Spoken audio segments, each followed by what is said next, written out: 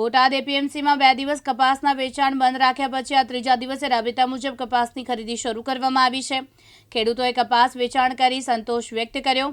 Secretary APMC દ્વારા હાલ ખેડૂતોને કોઈ પ્રશ્ન નથી અને જો કોઈ વિવાદ ઊભો થાય તો એપીએમસી નિરાકરણ માટે તૈયાર છે તેવું જણાવ્યું હતું।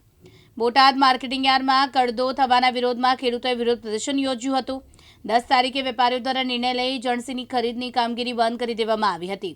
ખેડૂતોમાં એકંદરે નારાજગી તો ક્યાંક કડદાના વિરુદ્ધ સમર્થન પણ કર્યું હતું, પરંતુ સમગ્ર બાબત અંગે એપીએમસી દ્વારા ગંભીરતાથી નિર્ણય લઈ વેપારી દલાલ મંડળીઓ ખેડૂત અગ્રણીઓની મિટિંગ યોજી દીપાવલી પર્વમાં ખેડૂતો ઉત્સાહભેર ઉજવણી કરી શકે તે માટે કપાસ વેચાણ અને રોકડા નાણાં મળી રહે તે માટે તાત્કાલિક બોટાદ માર્કેટિંગ યાર્ડ ખાતે કપાસ વેચાણની શરૂઆત કરી દેવામાં આવી છે।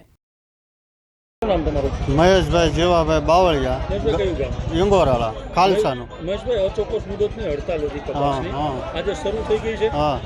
કેવો માહોલ કેવો છે? સારો માહોલ છે। ભાવે મને સાહેબ સારા મળ્યા છે। પછી જેવો કપા હોય એવો ભાવ મળે, બરોબર। ગરડા હું શનિવારે ગયો તો આ કપા લઈને ગયો તો મારે 1400 રૂપિયા આવ્યા હતા।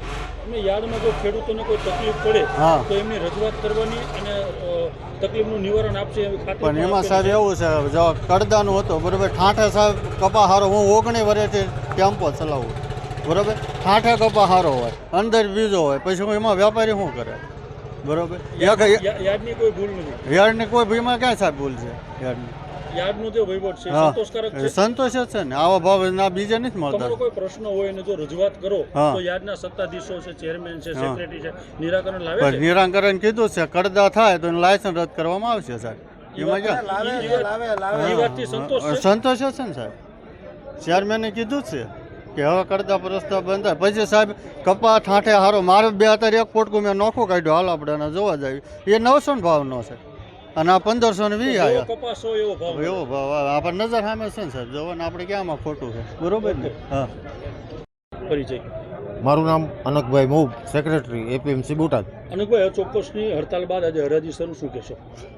ગઈકાલે બજાર સમિતિના ચેરમેન શ્રી મનોહરભાઈ માત્રિયા દ્વારા જાહેરાત કરવામાં આવેલી છે કે અચોક્કસની મુદતની હડતાલ સમેટી લઈ અને કાલથી રાબેતા મુજબ માર્કેટ યાર્ડનું કામકાજ શરૂ કરવામાં આવશે। પારદર્શક રીતે વહીવટ થયેલ ખેડૂતોને કોઈના પ્રશ્નો હોય તો નિરાકરણ લાવવા માટે કેવા પ્રકારના આયોજન? બજાર સમિતિ દ્વારા ખેડૂતોના કોઈ પ્રશ્નો હોય તો તેનું નિરાકરણ કરવા માટે જે જરૂરી પગલાં લેવામાં આવશે તે લેવામાં આવશે। હાલ અત્યારે શાંતિપૂર્ણ માહોલમાં અત્યારે હરાજી થઈ રહી છે તો કોઈ પ્રશ્ન છે ખરો? ના, હાલમાં શાંતિપૂર્ણ માહોલમાં હરાજી થઈ રહી છે, હાલમાં કોઈ પ્રશ્ન છે નહીં। ઓકે। મોહબ્બત સંઘભાઈ નારસિંહભાઈ ચાવડા, ગામ ખાસ। કડદાને લઈ છેલ્લા 2 દિવસથી વિવાદ ચાલતો હતો, આજે ફરી યાર્ડ શરૂ થયું છે, શું કહેશો? એ તો સાહેબ હવે આમાં તો શું છે, બધાની જે જેની સોચ છે। આપણે માલ લાવી ઓણ કુદરતે બગાડ્યો છે માલ, બરોબર। એક 7 વાળો કર્યો અને એક 15 વાળો કર્યો, જેને કોરા મીણાઈ ગયો એને 15 આવે તો પછી આપણે તો કડદો કોણ કરે છે? યાર્ડ કરે છે કે જીનના વેપારીઓ કરે? વેપારી તમે 700 વાળો કપા તમારે 1500 ખાલી કરવો હોય વેપારી કરે, કોઈ નો જ કરે। એ તો વ્યવહારની વાત છે ને, એમાં દેખીતી વાત છે ને, યાર્ડનો કોઈ ભૂમિકા નથી, કોઈ વસ્તુ છે જ નહીં।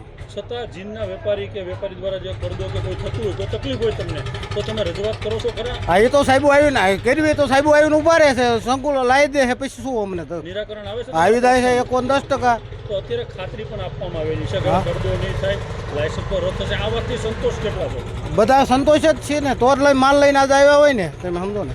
રાબેતા મુજબ? હા, રાબેતા મુજબ, હા, કમ્પ્લેટ સમાચાર મળ્યા એટલે તરત માલ લઈને આવી ગયા ને। બોતાભાઈ શેકલિયા, દિવ્યાંગ ન્યૂઝ, બોટાદ।